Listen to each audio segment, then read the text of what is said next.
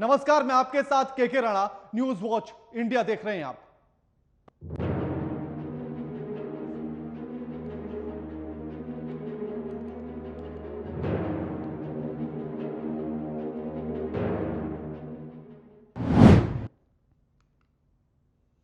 अब ओम प्रकाश राजभर एनडीए का हिस्सा होंगे। उनके एनडीए में शामिल होने पर राज्य की कई सीटों पर इसका सीधा असर पड़ेगा। पूर्वांचल और अवध पर इसका सीधा असर है। साथ ही इस बात का दावा भी ओम प्रकाश राजभर करते हैं कि उनका पूर्वांचल की 26 लोकसभा सीट और विधानसभा की 153 सीटों पर उनका दबदबा है और इसका असर 2019 के लोकसभा चुनाव और उत्तर प्रदेश में होने वाले 2022 के विधानसभा चुनाव में देखा गया था, जहां बीजेपी को बड़ी हार का सामना करना पड़ा था। पूर्वांचल की तमाम ऐसे जिलों की सीटें भी थी जहां बीजेपी अपना खाता तक नहीं खोल पाई थी। यानी कि पूर्वांचल में अपनी जमीन को मजबूत करने के लिए एक बार फिर से ओपी राजभर के साथ हाथ मिला लिया है बीजेपी ने।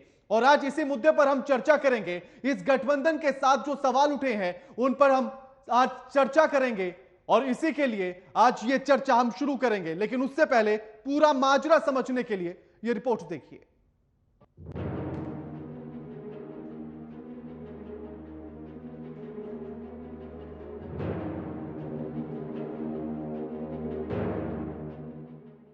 ओम प्रकाश राजभर ने सपा को झटका देते हुए एनडीए में शामिल हो गए हैं, पर इसके साथ अब्बास अंसारी को लेकर भी सवाल उठने लगे हैं। ओपी राजभर के एनडीए में शामिल होने के बाद तकनीकी रूप से अब्बास अंसारी भी एनडीए का हिस्सा हो गए हैं। सत्ता में आने के बाद से योगी सरकार अंसारी परिवार के खिलाफ लगातार शिकंजा कसती जा रही है। मुख्तार अंसारी, अफजाल अंसारी और बेटे अब्बास अंसारी जेल में हैं। परिवार पर लगातार कसते शिकंजे से नाराज अब्बास अंसारी हमेशा से बीजेपी के हमलावर रहे हैं, जिसके बाद सवाल उठ रहा है, क्या अब्बास अंसारी को पार्टी से खुद इस्तीफा देना होगा या निकाले जाएंगे या फिर एनडीए का हिस्सा बने रहेंगे। वहीं अगर इसके दूसरे पहलू की बात करें तो ओम प्रकाश राजभर के साथ गठबंधन होने से बीजेपी पूर्वांचल में और मजबूत होगी। 2019 लोकसभा चुनाव के आंकड़ों पर गौर करें तो राजभर की एनडीए में एंट्री, पूर्वांचल में लोकसभा की 26 सीटें हैं। बीजेपी को 6 सीटों पर हार मिली थी। अंबेडकर नगर, आजमगढ़, घोसी, गाजीपुर, लालगंज और जौनपुर में मिली थी हार। पूर्वांचल के क्षेत्रों में ओम प्रकाश राजभर का काफी असर है। राजभर के पास इतनी ताकत है कि वो अपनी जाति के वोट को ट्रांसफर करा सकते हैं। 2022 में जब राजभर सपा के साथ चुनाव लड़े थे तब इसका असर दिखाई दिया था। आजमगढ़ और गाजीपुर जिले की सभी विधानसभा सीटों पर बीजेपी हार गई थी, जबकि बलिया में बीजेपी को 7 में से 1 और जौनपुर में 9 में से 2 सीटें मिली थी। राजभर की एनडीए में एंट्री, राजभर के आने से बीजेपी को अवध क्षेत्र में होगा फायदा।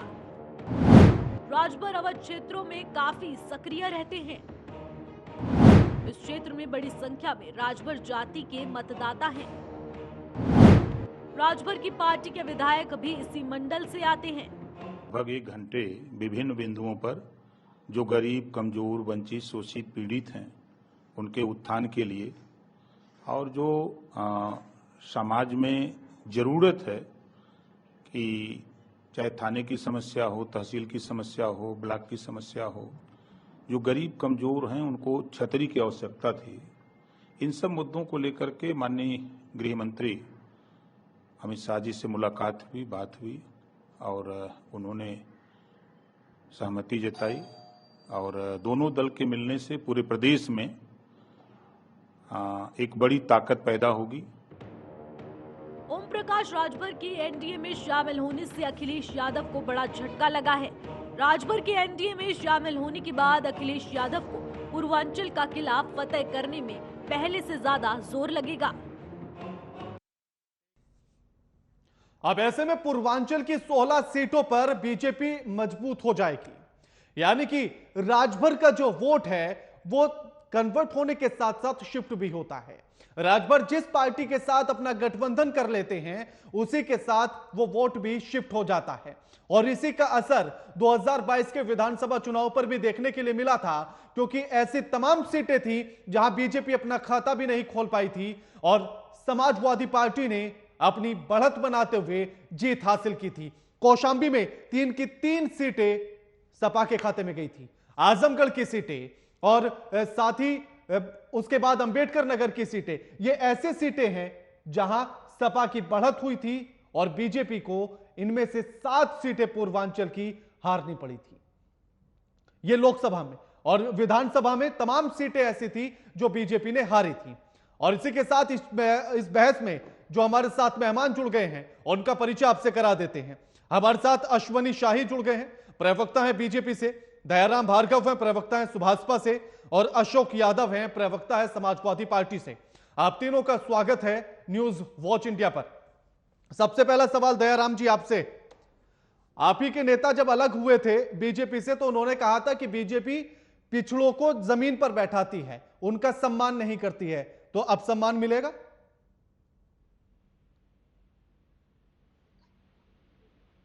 पार्टी अनवरत 27 अक्टूबर 2002 से पार्टी बनी है। 20 साल से अनवरत सुरेंद्र भारतीय समाज पार्टी। राणा जी, हम पिछड़ों की बात करते, पिछड़ों की बात करते, दलितों की बात करते, माइनॉरिटी की बात करते, वंचित समाज की बात करते, गरीब की बात करते, मजलूम की बात करते, हम हर वर्ग की बात करते हैं। जिसकी थाने चौकी में, ब्लॉकों में, तहसीलों में सुनवाई नहीं होती, जो पीड़ित है, जो न्याय की आस में रहता है, हम उस समाज के साथ में आदरणीय नेता ओम प्रकाश राजभर खड़े। तो सुनवाई कब नहीं हो रही है दयाराम जी? जी, आपने कहा ना कि पिछड़ों का और वंचितों की सुनवाई नहीं होती है थानों में, तहसीलों में। मैंने कहा ना, जिनकी आवाज नहीं सुनी जा रही है, सुरेंद्र भारतीय समाज पार्टी उसके साथ खड़ी, उसी को लेकर के जो गांव में पीड़ित है। दयाराम जी, मेरा सवाल इसीलिए तो ये है ना, बीजेपी की सरकार उसी में पिछड़ों की और पिछड़ जाति के लोगों की आवाज नहीं सुनी जा रही है और आप उन्हीं के साथ हो गए हैं, फिर कैसे आवाज सुनेंगे? देखिए राणा जी, सुरेंद्र भारतीय समाज पार्टी के मुखिया आदरणीय ओम प्रकाश राजभर जी, देश के गृह मंत्री अगर अमित शाह जी से मिल करके बैठ करके बात हुई होगी तो जाहिर सी बात है इससे भी चर्चा हुआ होगा, उन्होंने इस चीज को आश्वासन दिया होगा। देखो एक चीज में राणा जी बताना चाहूंगा, इस बार कुर्सी मिलेगी आप लोगों को?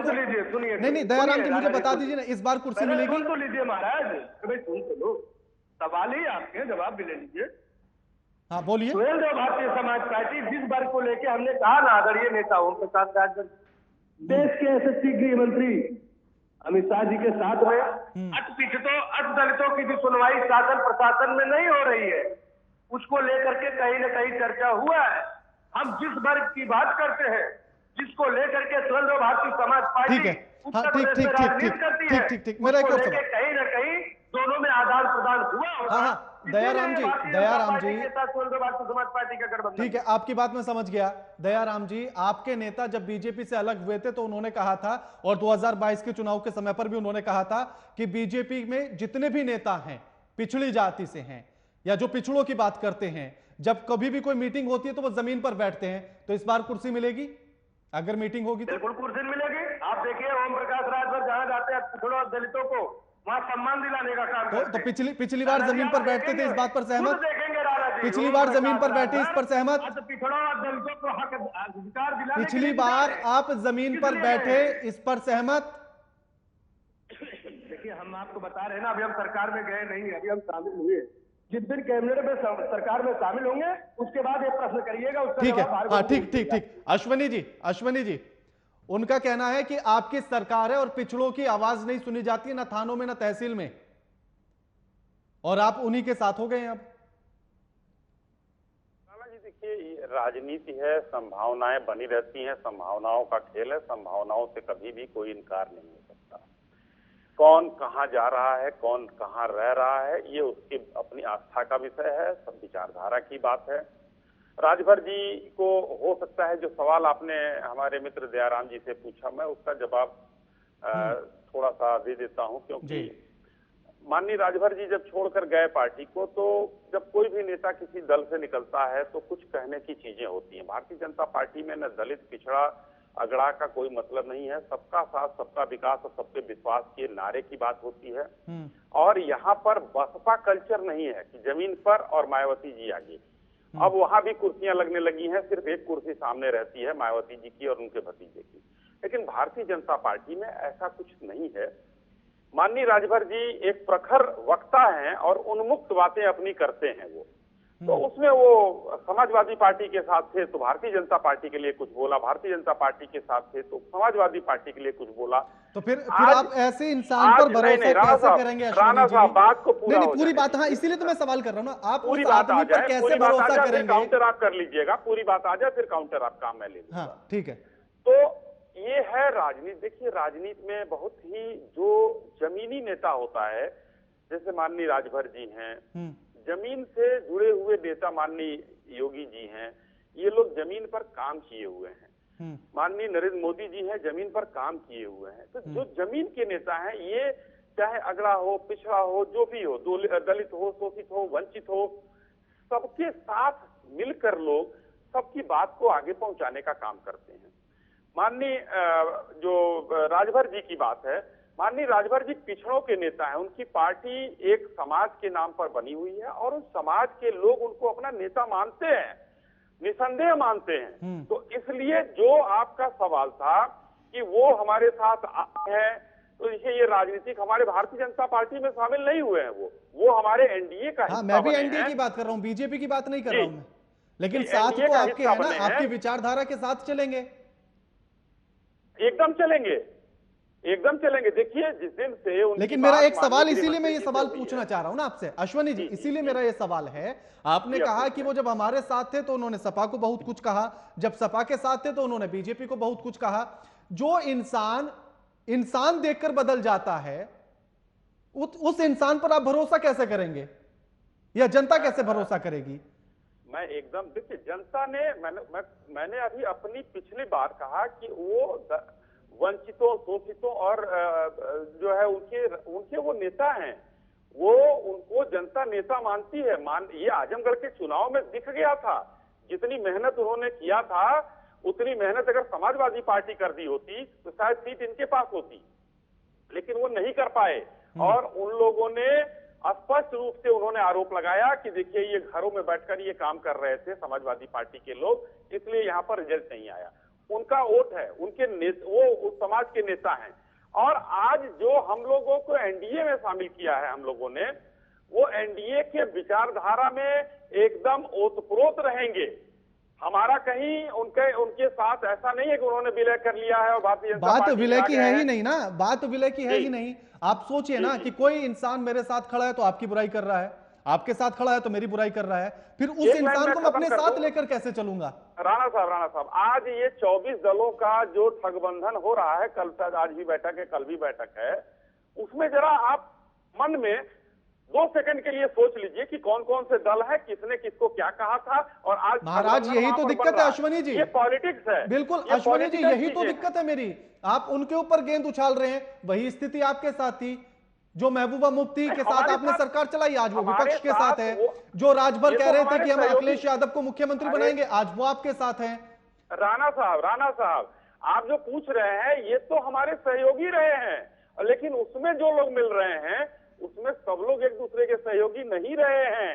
ये भी देखिए, ये जरा सोचने वाली बात है। तो यही तो बात भ्रष्टाचार ने सबको एक साथ कर दिया है कि भ्रष्टाचार की शिक्षा उनके साथ क्यों नहीं था? कांग्रेस बिहार में एक साथ सरकार चला रही है नीतीश कुमार के साथ मिलकर, वो लोग साथ में हैं।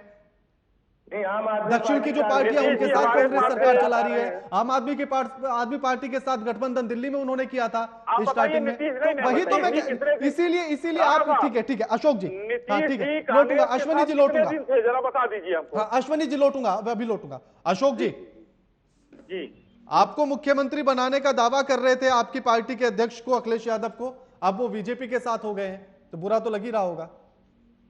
देखिए बुरा हम लोगों को नहीं लग रहा, क्योंकि हम लोगों को उनका चाल चरित्र और चेहरा पता है। माननीय प्रकाश राजभर जी का, वो जब थे समाजवादी पार्टी में तो पिछड़े समाज जो नेता भारतीय जनता पार्टी में थे उनको कहते थे कि ओबीसी के नेता भारतीय जनता पार्टी में लीडर नहीं लोडर की भूमिका में होते हैं। और आज माननीय प्रकाश राजभर जी अपनी भूमिका का निर्धारण करें कि वो क्या है। यही माननीय प्रकाश राजभर जी, जिनको हमारे मित्र अश्विनी साही जी प्रखर वक्ता कह रहे हैं, इसी वक्ता ने एक बयान दिया था कि मैं मोदी जी और शाह जी को गुजरात अगर नहीं भेज दिया तो अपने बाप की औलाद नहीं। ये प्रखर वक्ता जी इससे अपना मतलब रुख स्पष्ट करें। उन्होंने महेंद्र नाथ पांडे जी जो प्रदेश अध्यक्ष है भारतीय जनता पार्टी को, भारी मीटिंग में ऑन कैमरा उन्होंने माँ की गाली दी थी, माँ की गाली दी थी महेंद्र नाथ पांडे जी को। कितना नीचे गिरेंगे आप लोग भारतीय जनता पार्टी के लोग कि इतना जलालत झेलने के बाद आप लोग जाके उन्हीं ओम प्रकाश राजभर जी के कदमों में गिर गए। रह गई बात इस सत्ता के लिए किसी को भी अपने गले लगा लेते हैं। माननीय मोदी जी अभी 27 जून को वहां पे मध्य प्रदेश में बोल रहे थे कि 70,000 करोड़ का घोटालेबाज एनसीपी, आप लोगों को गारंटी दे दो भ्रष्टाचारियों को जेल में डालने की। और गारंटी क्या दिए? भ्रष्टाचारियों को भाजपा में ले लिए। अभी हमारे अश्विनी शाही जी की भ्रष्टाचारियों का गठबंधन है ये जो पीडीए, अरे गठबंधन तो माननीय मोदी जी के साथ खड़ा है, जहां पे 70,000 करोड़ के भ्रष्टाचारी खड़े हैं, जहां पे हेमंत बिस्वा शर्मा जैसा भ्रष्टाचारी खड़ा है, तो आप भी जा रहे हैं, नहीं जा रहे हैं? भ्रष्टाचारी खड़ा है। अशोक जी, भ्रष्टाचारियों का गठबंधन तो भाजपा के साथ खड़ा है। अशोक जी बेंगलुरु जा रहे हैं? बेंगलुरु तो गए हैं नेता हमारे, जा क्या रहे हैं? हाँ, तो आप भी उधर गठबंधन कर रहे हैं, इधर ये भी गठबंधन कर रहे हैं जी। अब नहीं, दरअसल हमारे शाही साहब कह रहे हैं कि ये गठबंधन जो है भ्रष्टाचारियों का गठबंधन है। मुझे नहीं लगता कि इनको ये बात शोभा देती, क्योंकि जो खुद ही भ्रष्टाचारियों का गठबंधन है एनडीए, जो कि हमको कह रहे हैं 24 दलों का गठबंधन है, इनका तो 30 दलों का गठबंधन होने जा रहा है। और वो भी गठबंधन जो भ्रष्टाचारियों का गठबंधन है। ये कह रहे थे कि हमारा उनका पुराना सहयोग रहा है, टीडीपी के साथ जाके आतंकवादियों को जिसको कहते थे आतंकवादी, उसके साथ आप जाके गठबंधन बनाते हैं, तो उसको गठबंधन या ठगबंधन क्या कहेंगे, ये तो आप ज्यादा बेहतर बता पाएंगे। भारतीय जनता पार्टी में जो पिछड़ों का स्तर है, दयाराम जी आप ही के पास मैं आपको मैं बता दूं आपको, यही जो है डिप्टी सीएम को आज प्रदेश की जनता स्टूल मंत्री कह रही है। हाँ, ठीक दयाराम जी, लोटूंगा अशोक जी लोटूंगा। दयाराम जी, आपके नेता ने कहा था 2022 के चुनाव से पहले कि बीजेपी का नेता अगर कोई आया वोट मांगने तो उसका सिर फोड़ दिया जाएगा, 2 पैरों पर आएंगे, 4 पैरों पर जाएंगे। अब आप उन्हीं के साथ हैं, कौन से पैर पर भेजेंगे? देखिए, चुनाव में वोट लेने का एक ये तरीका है, इसको मैं बार बार कह रहा हूं, आपने चैनल को चलाने के लिए आपको टीआरपी चाहिए, वो आपके चैनल का तरीका है। टीआरपी नहीं महाराज, वोट आपको चाहिए। जनता से झूठ बोलकर आपने कहा अभी कि वोट लेने का यही एक तरीका है। राणा जी सुन तो लीजिए। नहीं तो सुन लीजिए ना, आप भी तो नहीं, आपने अभी क्या बोला? आपने अभी क्या बोला दयाराम जी? आपने अभी क्या बोला कि ये वोट लेने का तरीका है, मतलब झूठ बोलकर जनता से आप वोट लेंगे, फिर आरोप लगाएंगे कि हम टीआरपी चाहते हैं आपसे। आपको बोला, सुनिए भाई, सुन तो लो, आप या तो बोल लो, मैं चुप हो जाता हूं, पहले आप बोल लो। हाँ, तो नहीं तो आप सवाल का जवाब दीजिए ना। आप बोल लो, फिर उसका उत्तर मैं दे देता हूं। सवाल का जवाब दीजिए। अब दूसरी बात, जब चुनाव में हम होते हैं, हाँ, तो जनता को वोट लेने के लिए, मोबिलाइज करने के लिए ये सब फंडे अपनाए जाते हैं। ये हम ही नहीं करते, भारतीय जनता पार्टी करती, सपा करती, बसपा करती, कांग्रेस करती, आम आदमी पार्टी करती, जितने भी दल के नेता सभी करते हैं। ये कोई सुहेलदेव भारतीय समाज पार्टी का स्टेप नहीं है कि सुहेलदेव भारतीय समाज पार्टी ने किया। पहली बात, जनता कैसे कन्वर्ट होगी, जनता कैसे वोट देगी, ये वो विषय होगा। मतलब दयाराम जी आप सीधा सीधा कह रहे हैं कि जनता मूर्ख है, उसके सामने झूठ बोलो, उसको भड़काओ, उसके सामने गलत भाषा का इस्तेमाल करो, आपको वोट मिलेगा। राणा जी, अरे जी सुनोगे ही नहीं तो मैं तो आपके सवाल पर काउंटर करूंगा ना, बात सुनने की थोड़ी ना, आप सवाल के जवाब पर रहिए। हाँ ठीक है, मैं एक और आपको बयान याद दिला देता हूं दयाराम जी, आपको एक और बयान याद दिला देता हूं। आप ही के नेता ने कहा था 15 सितंबर 2021 को कि मोदी और योगी के जूतों को साफ करते हैं जितने पिछड़ी जाति के नेता बीजेपी में हैं। तो अब आपकी डील किस पर हुई है, जूते साफ करने पर, कपड़ों पे प्रेस करने पर? आप बताइए। माननीय इलाहाबाद हाई कोर्ट ने समाजवादी की सरकार में 4 सितंबर 2013 को क्या कहा था कि जो 27% पिछड़ों का है उसमें 12 जातियां लाभ ले रही है। मैं सवाल अभी आपसे कर रहा हूं ना, समाजवादी सरकार सवाल आपसे कर रहा हूं ना। दल अभी आपने बदला है, उसमें आपको याद नहीं आया? पाला आपने बदला है, उसको याद नहीं आया? पाला आपने बदला। मुझे उनकी भी सारी बातें याद है, मुझे उनकी भी सारी बातें याद है, लेकिन सवाल तो आपसे करूंगा ना, पाला भी आपने बदला। इलाहाबाद हाई कोर्ट ने राजभर को जो है अनुसूचित जनजाति में शामिल करने की बात की, उसको के राणा भी आप बात उठा नहीं रहे। मैं कह तो रहा हूं ना, अभी मैं आपने पाला बदला है ना, अभी आप पर बात करूंगा। जो राणा जी अच्छी मतलब आप सीधा सीधा कह रहे हैं, आपका सीधा सीधा कहना है कि जहां फायदा वहां जाएंगे। जो जनता की बात है, मैं कह तो रहा हूं ना दयाराम जी, आपका सीधा कहना है जहां आपका हित वहां जाएंगे, जनता से कोई मतलब नहीं, जनता से कोई मतलब नहीं। देखिए जनता की सुभाष को जनता से मतलब या नहीं? तो आज हम एनडीए में शामिल ना होते। हमारी पार्टी की मतलब जिनके लिए आप कह रहे हैं कि जूते साफ कराते हैं, उन्हीं के साथ जाकर आपका भला होगा। जिनके थाने चौकी में, सुन लीजिए, जिनके थाने चौकी ब्लॉकों में काम नहीं हो रहे थे, उस काम को हो, उनकी सुनवाई कैसी हो। मतलब आप ये कह रहे हैं, मतलब आप ये कह रहे हैं कि अगर आप बीजेपी में शामिल नहीं होते, आप ये कह रहे हैं अगर आप बीजेपी में शामिल नहीं होते तो बीजेपी की सरकार, उसका प्रशासन पिछड़ों की आवाज नहीं सुनता, और आप ये मजबूरी में उनके साथ हो रहे हैं। नहीं, अगर नहीं होता तो हम भी एनडीए में जाते क्यों? अगर ये सुनवाई नहीं होती तो एनडीए में क्यों जाते? ठीक नहीं, तो आप ही ने तो अभी कहा ना कि सुनवाई नहीं हो रही है इसलिए गए हम, और इस बात पर डील हुई है हमारी। सपा सरकार में, अरे भाई सपा 4 बार सरकार बनाई है, उसकी आप बातें नहीं कर रहे राणा जी। आप बताइए ना, जो माननीय इलाहाबाद हाई कोर्ट ने किया, कहा कोर्ट करके कहा था, उसको काम इन्होंने अभी मैं आपके मुद्दे पर रहूं या सपा के पर रहूं, ये बताइए मुझे। अगर मेरा विषय आप हैं, अगर मेरा विषय आपका पाला बदलना है तो सवाल आपसे करूंगा मैं। ना बिल्कुल, आप सवाल करिए। राजभर जी जो अच्छी बातें करते हैं उसकी भी आवाज बनिए आप, मैं तो आपका स्वागत करता हूं। क्योंकि नहीं, मैं उनकी अच्छी बातें तो तभी रखूंगा ना सामने, क्योंकि आप ही तो कह रहे हैं ना कि हमने तो वोट लेने के लिए सारी बातें कही थी, तो वोट लेने के लिए की थी, इसमें अच्छी बातें कहां से आएगी? ठीक है अश्वनी जी, अश्वनी जी, सुन तो लीजिए भाई। नहीं सुन, वापस लौटूंगा आपके पास। अश्वनी जी, उन्होंने कहा कि जनता से वोट लेने के लिए सारी वाली बातें की गई थी, तो शायद इसीलिए बीजेपी ने माफ कर दिया होगा, इसीलिए बुला लिया कि ठीक है आ जाइए, दोबारा से फिर नया खेल करते हैं। भाई भी जो है कि हाई पिच वाले हैं, वो बोलते बोलते उनकी बात आपने पूरी नहीं सुनी। तो उन्होंने कहा था देखिए, ये कोई भी दल हो, जब चुनाव के मैदान में जाते हैं तो दूसरे दलों की शिकायत बताना ही पड़ेगा। जैसे समाजवादी पार्टी के अशोक भाई क्या कह रहे हैं, महबूबा मुफ्ती इनके साथ गठबंधन में थी। अरे भाई, महबूबा मुफ्ती इतनी गलत हैं तो आज क्यों आप लेके घूम रहे हैं उनको? ये सवाल मैं हटा उनसे देना कर चुका चाहिए, हूं। हटा देना चाहिए ना। मैं एक उदाहरण के साथ आपसे इसलिए बात कर रहा हूं कि इन्होंने कहा, तो वो एक चुनावी जो भाषण होते हैं, वो चुनावी भाषण। ये मेरा सवाल अश्वनी जी इसलिए है कि हमेशा नेता ये कहता है कि हम जनहित की बात करते हैं, तो इसमें जनहित कहां पर है? क्योंकि आप तो अपनी सहूलियत के हिसाब से बातें कर रहे हैं, आप बीजेपी के साथ है तो तारीफ कर रहे हैं, आप सपा के साथ है तो बुराई कर रहे हैं, तो फिर जनहित कहां रहा? क्योंकि फिर तो जहां मेरा फायदा वहां की बातें। राणा साहब, ये जो गठबंधन की राजनीति देखिए, हम लोग एनडीए के साथ माननीय अटल बिहारी वाजपेयी जी के साथ 24 दलों की सबसे बड़ा गठबंधन बना था, और सबसे बढ़िया गठबंधन धर्म निभाने का श्रेय जाता है वो भारतीय जनता पार्टी को जाता है। और जो बात आप कह रहे हैं, चाहे रामविलास जी हो या अजीत सिंह जी हो, ये इसके पर्याय रहे हैं कि जिधर सरकार बनती थी उधर वो लोग चले जाते थे। अब रामविलास जी ने तो हमको लग रहा है 7-7 8-8 प्रधानमंत्री देख ली और सब सरकार में वो मंत्री रहे, आज एनडीए के साथ हैं वो कितने सालों से। तो ये चीजें रहती हैं, और उससे क्या होता है, जब कुर्सी पर आप रहेंगे तब जनता का भला कर पाएंगे। आप जो है कुर्सी से दूर रहकर जनता का भला नहीं कर पाते हैं। अगर विचारधारा का विरोध करते हैं, जैसे मान लीजिए कि आज क्या किस बात की लड़ाई है समाजवादी पार्टी से, हमारी सत्ता की लड़ाई है। जनता ने हमको पसंद किया, हम कुर्सी पर हैं, 2012 से 17 तक इनको पसंद किया, ये कुर्सी पर थे। मगर आज जनता देख रही है कि योगी आदित्यनाथ जी हमारे भलाई के लिए काम कर रहे हैं। तो जब जनता ने उनको 37 साल का रिकॉर्ड तोड़ने के लिए मजबूर किया, तो वैसे ही राजभर जी हो, चाहे अश्वनी जी सीधा सवाल, अश्वनी जी सीधा सवाल, जो हमारे साथ अश्वनी जी, उन्होंने देखा कि हम किसके साथ रहेंगे। अश्वनी जी समय बड़ा कम है, अश्वनी जी समय बड़ा कम है। मेरा सीधा सवाल है कि पूर्वांचल की सीट पर जो धक्का आप लोगों को लगा था 2019 और 2022 में, उसी की पूर्ति के लिए गठजोड़ हुआ है?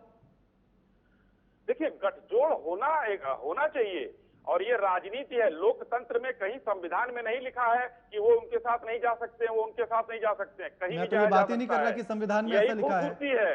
और वो जो धक्का, देखिए हम लोग राजनीति कर रहे हैं राणा साहब, एथिकल राजनीति करते हैं। मगर वो उसके लिए हम न डूब जाएंगे कि हम लोग इतने एथिकल हो जाएंगे कि हम मंदिर का घंटा बजाएं जाकर। हमको भी राजनीति करनी है, हमको भी सत्ता में रहना है।